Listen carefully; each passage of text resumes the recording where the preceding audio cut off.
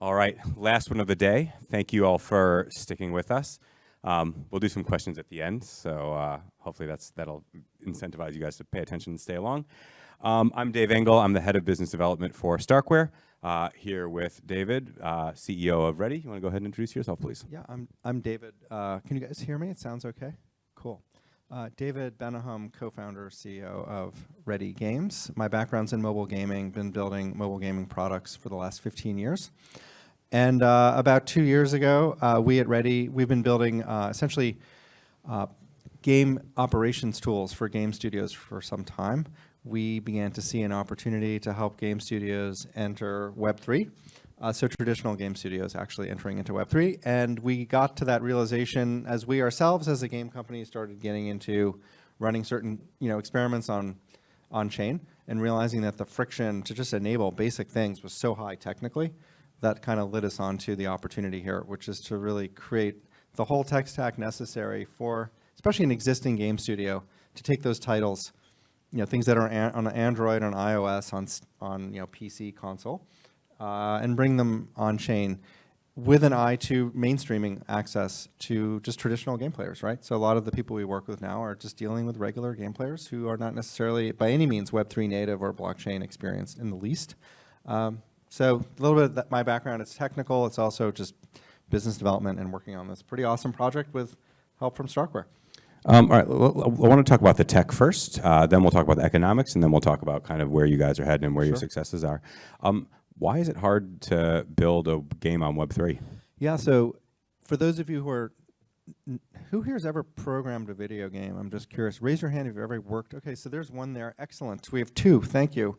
So, in the gaming industry, there's, especially for games that are multiplayer or have any kind of persistent state, which is like most games these days have some sort of persistent state.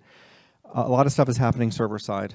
And there's a whole situation where the state of the game, sorry to get so technical here, is, this is the right crowd to I get guess so, technical yeah, with. saved on things like Amazon Cloud Server, Azure, Google Firebase, and so on. And that data is canonical. It's actually what makes the game fair, and the game studios have to do a lot of data management. Now, imagine taking those pieces of data and saying we want to bring them on chain. Why? Because we think there's value in doing that for players becoming owners of their own game data. But the decentralized nature of doing that on chain and the cost of doing it in this sort of permissionless way is meaningful, right? There's transaction time, there's a gas fee. And when we go back to, like, for people who work in the industry, the amount of data that could be produced in a game in the Web 2 context is massive. Like, as player just procedurally going through something like Call of Duty, for example, which I happen to play way too much of, like, I know that I'm spawning like a giant fire hose of data behind me every minute that I'm in Call of Duty. It's everything from like what map I'm on to like how fast I went through it. It might even be tracking like movements I made on the map, and all of that stuff is used for analytics. It's also used for targeting me better, et cetera, as a player. So you want to take all that stuff, bring it on chain. It's so cost prohibitive that it becomes really challenging. And so from a technical standpoint, the studios don't even know where to begin to build this type of data structure on chain. They are not tech companies. It's really easy to forget that a game studio, just because they use tech, it's an entertainment company. It's closer to Hollywood than it is to Google. And to go to those companies and say, hey man, build Google level stuff for your game is just a fool's errand. Like, they don't want to do that. That, by the way, destroys their capital expenditure. It destroys a lot of their economics. They want to be focused on releasing awesome games. So in the game industry, there's a huge ecosystem of third-party tools that thrive. Things like very famous, like Unity, which is a big game engine, Unreal Engine, which you've probably heard of, which is another game engine. These things are successful because if game studios had to build their own game engines, they would just be clawing into all of their cash reserves for what? Who gives an F about having your own game engine? You want to build a hit game. And so the minute I'm getting into building core tech, there's a high chance I'm losing the story as a game studio and I'm going to lose money. So we saw that huge pain point technically. And so what we rolled out was basically an SDK, which is in Unity and Unreal. We rolled out an API, which has a whole bunch of methods that allow to synchronize the game data in real time. We use a hybrid Web 2, Web 3 infrastructure on the Web. And I'll explain in a minute why it has to be hybrid. On the Web 2 side, it is Google Firebase. On the Web 3 side, it's Ethereum, it's StarkWare, it's other layer 2s potentially. And why is this all relevant? It's that the canonical game data can go on chain, things like the user identity, the user wallet, certain key game events, key kind of assets they might own, like an NFT-backed achievement. And then non-canonical data will sit in Google Firebase. The way that works is there's a JSON file. That file has a universal ID, which is back on chain. That universal ID is essentially in the player's wallet. And so you can publicly inspect the JSON file, but we as a company are the custodian of that JSON file, by definition, sitting on Google Firebase. The goal over time is to move all of that stuff out of those files on-chain into the player. We'll get into the economic benefits of the player in a minute about that. People like StarkWare, really important, zero-knowledge proofing. If we start thinking about that huge trail of data I'm producing that's currently sitting in Google Firebase, I want to start moving more and more of that out. Zero-knowledge proofing is one way to get there because the cost, the latency makes it possible. So we're excited to kind of scale into this over time. We do have this hybrid model for now. So we're not blocked on onboarding the studios, which we'll get into in a second. We're not blocked on doing the first efforts at all. But we have a roadmap over time that enables all of this to distribute down to the player level, which is where it needs to go eventually. So there's a spectrum between, like, let's call it like NFT management and like full on-chain gaming. What do the studios care about? So the studios actually care about the full gaming piece. Like, so where there's been a business opportunity for us at Ready, which is the following: when this sector was really understood, I'd say almost 18 months ago, the low-hanging fruit was this NFT management. And there's a whole bunch of things that got created that are famous. You guys probably know what they are, that you're like, oh, but they do that. And it's like, yeah, they do this NFT management stuff. What does that mean? It means, you know, minting an NFT, basically. The problem is that has nothing to do with core game functionality, right? So what the game studios are running into is, yeah, maybe I want to sell NFTs related to my game, but to link the game services to the blockchain itself, beyond just the NFT minting, right? The stuff we were just talking about two minutes ago, those services will sort of throw up their hands and say, well, I don't know, like, don't you have an engineering team? Like, figure it out. And the answer is back to, yeah, if we do that, we're spending hundreds of thousands of dollars out of our precious cash reserve to do something that might fail. So no, we're not going to do it. So a lot of those services have been stuck now with adoption issues because their customers actually aren't going live with games because they have this problem that provider can't solve, which is this core gaming operations piece. So we come in and do that. A lot of our partners now are increasingly people who do NFT minting services actually want to work with us because they have a backlog of customers ready to go that are not going because they can't do their live game data on chain. So that's sort of the piece here that the studios really, really want. And the reason now we're signing a big studio a week, like the cadence is really ferocious now in terms of signups, is because the studios that have been doing diligence on Web3, this is their pain point, this is what we offer. And as far as we know, nobody else offers it at this level the way we are, like really purpose-built for that gaming industry, for that Web 2 native gaming publisher to enter Web 3. And so just sticking on this whole spectrum idea, like, why do they care? Like, so I get like NFTs on, like, in, you know, allowing ownership of specific assets, but moving from that to full-on game, like full-on chain gaming is substantially more complex. So where are you, like, what kind of games or what segments are you finding that are saying, we actually both understand the value and are willing to invest, you know, in working with someone like Ready to actually do kind of that, getting the gameplay really fully on-chain? So you see how I'm doing this magic gesture, which the production team will appreciate. It's called advanced slide, and it doesn't actually do that. The reason I'm trying to do that magic gesture is to show you guys the studios who are signing up. There we go. Thank you. Perfect. I figured they would help me out. So this is updated. We try to update this every week, and it's hard. It's already out of date. But these are publishers that are live, in development, and like in process. And so why am I bringing up this slide? Because you may not recognize these names. I'll just give you a little visibility into them. But this is a huge diversity of game studios that range on the, I guess it's going to be, I'm doing this from memory, your top left, Aria Games Canada. This is one of the largest mobile publishers in Canada, based in Toronto. They've been around for over 10 years. They do like super nice, beautiful Android and iOS games. They want to start migrating those essentially like mid-core to casual games on-chain. We'll get into more of what they're going to make money off of doing that. And so their first game's in production. It has 250,000 existing monthly players, robot rescue, survival. And then you go to like all the way over to the end of that row. It says Zula. Some of you may know Zula. It's a free-to-play first-person shooter on PC, completely different than the Aria Studios model, right? You're now on a PC. You're free-to-play first-person shooter. It's much more hardcore. they're working with us to bring their game on chain. Now, they have 40 million lifetime players, 5 million currently active. And then you go just below them, Toro Fun, probably never heard of them. But they're actually pretty big. They have 10 million monthly people. They do social casino on open browser. Oh my God, totally different model, right? Now you're in open browser games, and it's social casino. It's pretty obvious why a social casino game might be interested in some blockchain integration in terms of things you can win and assets you can own in those contexts. And then in between all those things, I'll just point out one other Aptoid. This is not done yet, but this is a third-party Android app store. So what is that? It's a competitor to like Google Play. They're really big outside of North America and Europe. 400 million monthly visitors on that app store. They have 2,600 games in a specific vertical. They want to create an NFT-backed Game Pass model with in-game rewards that creates customer loyalty around provisioning games from Aptoid and not going to Google Play, right? And then there's a relationship to the phone carrier. Now we're getting into this awesome sauce of the phone carriers want to start disintermediating Google, in particular on Android, and have the billing relationship.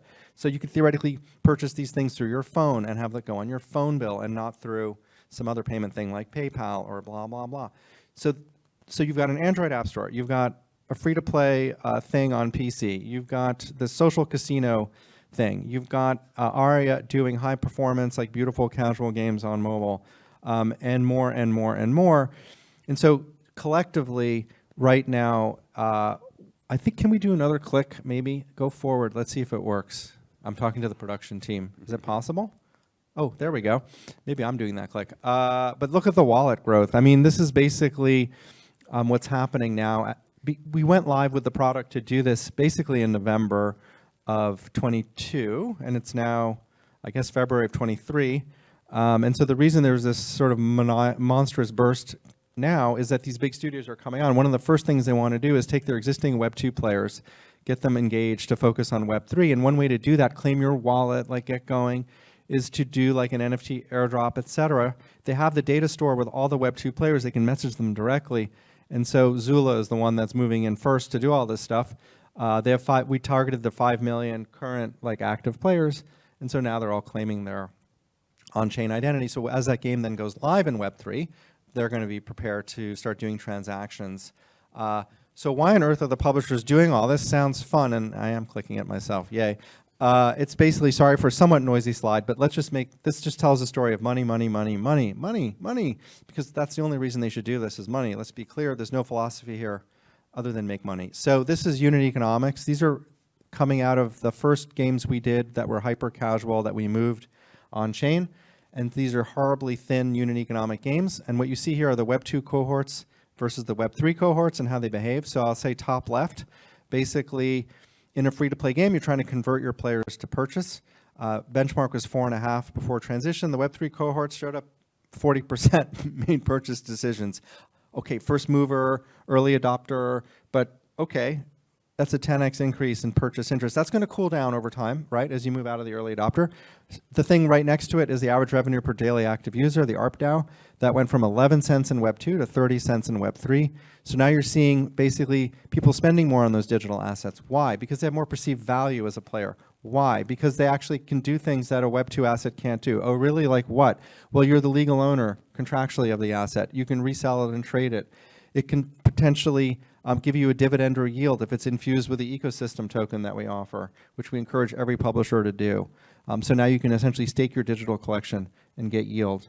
You can potentially destroy the asset, extract the underlying token that's in there if the game that it correlates to stops being successful. You can potentially interoperate it in other games, and the license and the right to your ownership of that asset can be recognized by another developer, which is now is the next frontier. Why would publishers cooperate with this? They're worth more. So something that was once sold for $1 can sell for $3 because it has these new features. Yay, I'm making more money. And then I'll just mention bottom right. Look at the organic installs for Web 2 versus Web 3. That means what? Well, these are non-attributed installs, meaning they didn't come from Google ads, Facebook ads, demand advertising networks. They came through potentially word of mouth. Well, in Web 3, word of mouth and affiliate marketing is the way it's going to work more than display ads. And the way that is going to kind of target is based on the on-chain data.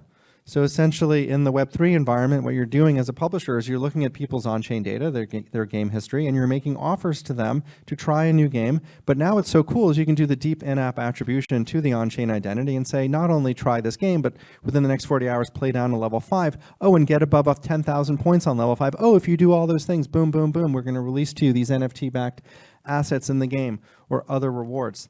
And there's no real fraud there, right? Because that identity is canonical on chain. And by the way, Google can't stop it. Apple can't stop it. No IDFA horse crap, which you may be familiar with. Gone. Doesn't matter. Can't stop us.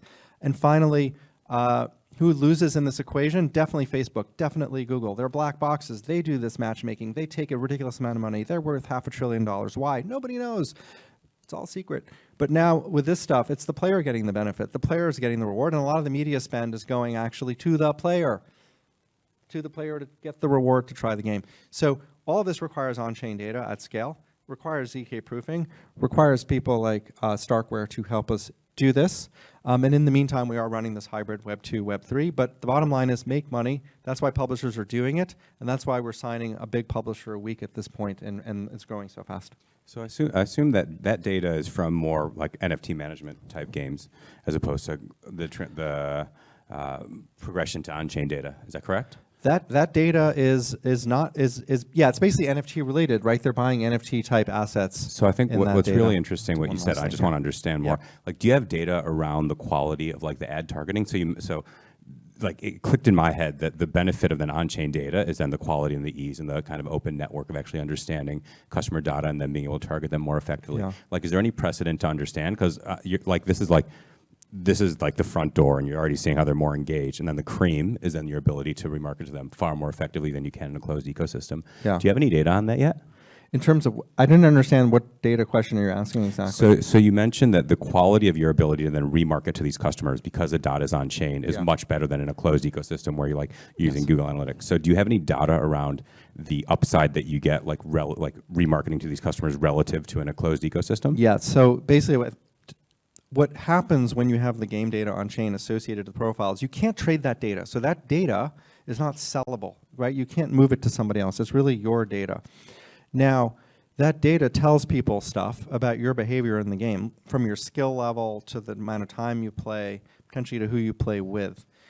Based on that data, and we provide some of these tools, you can create what's called a lookalike profile, essentially, and you can kind of identify other people that look like this type of data. This is what you want to see. People who did this well in this game would be probably interested in my game, and because it's all on chain, it's essentially viewable without us having to control it that way. Like, it can be viewed. Now, you are trusting that the publisher is writing good data onto the player's profile, but you, making those decisions, can choose to dismiss publisher data that you think is stupid, or that so publishers put stuff on a profile that you think is noisy. You would just not use that for your targeting. So it gets into quality of publishers, by the way. Some publisher data will probably be more valuable, like more prestigious, than others, which gets to the player then has something called reputational capital from all this data. They can monetize it. And that's one of the beauties of Web3 is you're accumulating reputational capital to your identity. And the quality of that capital is going to correlate to the quality of the offers you get, the quality that you provide as a user. So there's a reward here to being a loyal user, actually, and insisting that games recognize your identity. You want them to, because you want to add more data to your identity now. And so ready identity, we provide the wallet, we provide the user identity, and we provide the technology to do all that, all those read-write operations for the game studio to achieve that. That's actually really eye-opening to me, the amount of like additional upside that you get from remarketing as well. Like, I hadn't even clicked on that. It's I hate to say it, but like this is the second derivative piece that will be huge over time. It could turn into hundreds and hundreds of billions of dollars of value, if not more, because dude, it's finding people who are relevant to try your product is the hardest damn thing, as you know, on the internet. And being able to do that more efficiently is just such a massive unlock. And for 15 years, we've been in the shadow of these demand advertising platforms that are just total monopolies and are extracting ridiculous rents because they can. So wow, that's a huge unlock to be able to finally break that down. All right, last question.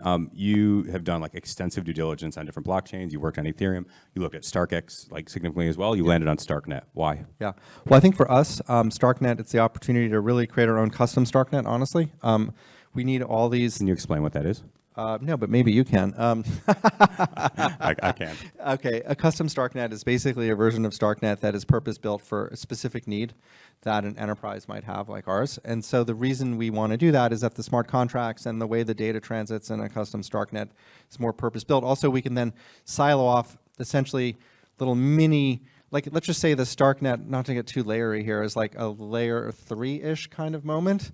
Then you start going into each studio, becomes like a layer 4 on top of that layer 3, and we can kind of make all that work and make sense. And this is all just more and more efficiency in how the data operates. And so StarkNet gives a level of flexibility to achieve that, where we have a level of control and sort of quality assurance that's really important for our customers, because these are AAA studios that expect a really high level of quality assurance. And that's where the custom StarkNet environment is really appealing. Yeah, and I think just doing my job. The other upside is that you also can you substantially mitigate the risk of congestion Right. pricing, where you can actually Exactly. control the block size and control the throughput. And how have you guys found building in Cairo? Well, we're pretty good at it, and everyone says that's supposed to be like so hard and impossible. And I don't know, like we recruited people who know Cairo, and they wrote the smart contracts, and it seems to be okay. So I wouldn't want to say. I mean, it's not a point of friction. I'll just leave it at that. Look, I think that's as positive feedback as we get about Cairo. I don't know. It seems fine. It's not a blocker. I'll just put it that way. Awesome. No, look, we're like super excited to have you guys building out gaming on StarkNet. I think that you are really the first real example of kind of what bringing Web 2 to Web 3 gaming on StarkNet will be. And the progress that you guys have made is just awesome. So thank you very much for your support, and look forward to working with you. Yeah, and I'll just thank this audience. And do we have time for questions, or am I over time? I'm over time, so we don't have questions. You do have my little Linktree thing here. It apparently Or you can works just if stop them on the scan way it, out. Or you can come talk to me. So yeah, thanks guys for listening. I appreciate it. Thanks, everyone.